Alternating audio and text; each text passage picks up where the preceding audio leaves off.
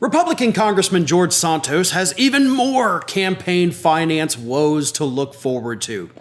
This week, Mother Jones reported, as part of, I guess, their ongoing series about George Santos's fictitious campaign donors. This week, they talked to an individual who happens to be a relative of George Santos. And this relative, who chose to remain nameless, for reporters, is listed as having given $5,800 to Santos's congressional campaign, the maximum legal limit that an individual is allowed to give.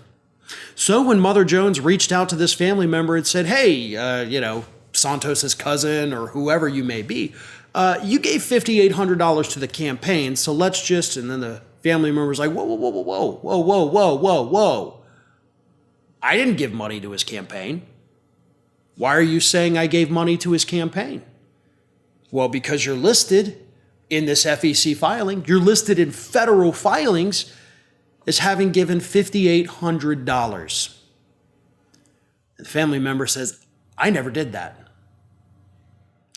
So what we are looking at here, and again, we talked about this last weekend. Mother Jones had gone through, tried to locate some of these donors listed on the forms, and as far as they could tell, those people didn't exist.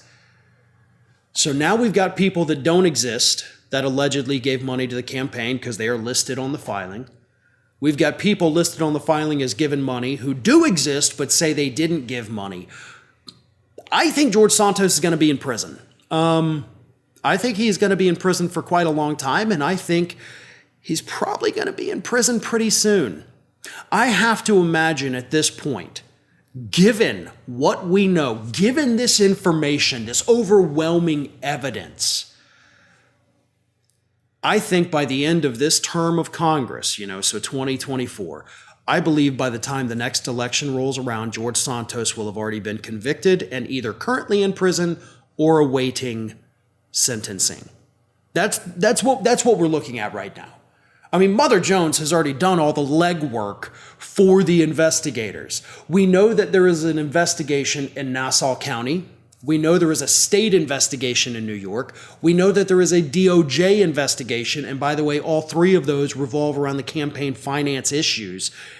Then, of course, we got the thing down there in Brazil where he already told police, yes, I did the thing. He doesn't make it. Santos does not make it out of this first term. Republicans, and Santos, by the way, this week, in case you didn't notice, he did step off of his committees while the investigations are ongoing. That, to me, is the first sign of him being like, the walls are closing in. I cannot continue to fight this. It's getting bad. I gotta go. So he may already be planning an exit. We know that a lot of his staffers are already trying to plan their exits. They just can't find a place to get out. But this new evidence, listing an individual as having given money to your campaign, that individual publicly saying, although anonymously, but publicly saying, I didn't do that. All it takes is one. All it takes is for one individual listed on that campaign finance report to go to investigators and say, I didn't give him money. He says I did. I didn't. This is illegal. I'm your witness. Let's do this. You don't have to have a dozen. You don't have to have 5. All you need is one. And especially when we're talking about a situation like this, when you find one, you're probably going to find some others as well. Santos's days are numbered. And I think at this point, Santos himself understands that. Hi, everyone. This here is little Athena. And Athena would like to know why you haven't subscribed to Fair and Balanced yet. So please, don't let Athena down. Subscribe today.